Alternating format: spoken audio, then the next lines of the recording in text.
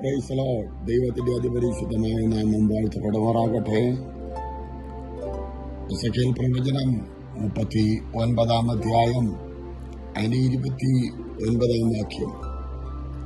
ഞാൻ ഇസ്രായേൽ ഗൃഹത്തിന്മേൽ എന്റെ ആത്മാവിനെ പകർന്നിരിക്കുക, ഇനി എന്റെ മുഖം അവർക്ക് മറക്കുകയില്ല എന്ന് യഹോവയായ കർത്താവിന്റെ അരുളപ്പാട്. ഇസ്രായേൽ ഗൃഹത്തോട് ചേർത്ത് പറയുകയാണ്, എന്റെ ആത്മാവിന് പകർന്നിരിക്കുക.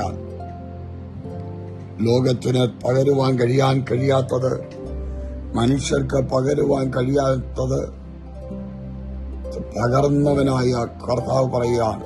സ്വർഗത്തിലെ അധികാരി പറയുകയാണ്, ഞാൻ പകർന്ന ആത്മാവ് അവരുടെ മേൽ വസിക്കുന്നത് കൊണ്ട് ഞാൻ എന്റെ മുഖം അവർക്ക് മറക്കുകയില്ല. ആത്മാവിനെ പ്രാപിച്ചവരെ, ആത്മാവിന്റെ നിയോഗത്തിൽ ആയിരിക്കുന്ന പ്രിയപ്പെട്ടവരെ, ഒരമ്മ തന്റെ കുഞ്ഞിനെ മറന്നാലും ഞാൻ നിന്നെ ഒരു നാളും മറക്കില്ല എന്ന് ദൈവത്തിന്റെ വചനമെന്ന് ഓർത്തു നോക്കിയാട്ടെ, മറക്കുകയില്ല. അത്രയ്ക്ക് വില കൊടുത്ത ഒരുവന്റെ മക്കളായി തീരുവാൻ ഈ ഭൂമിയിൽ ഭാഗ്യം ലഭിച്ചിരിക്കുമ്പോൾ പ്രത്യാശയോടെ ഈ പകൽക്കാലം അതിനെ കാണട്ടെ.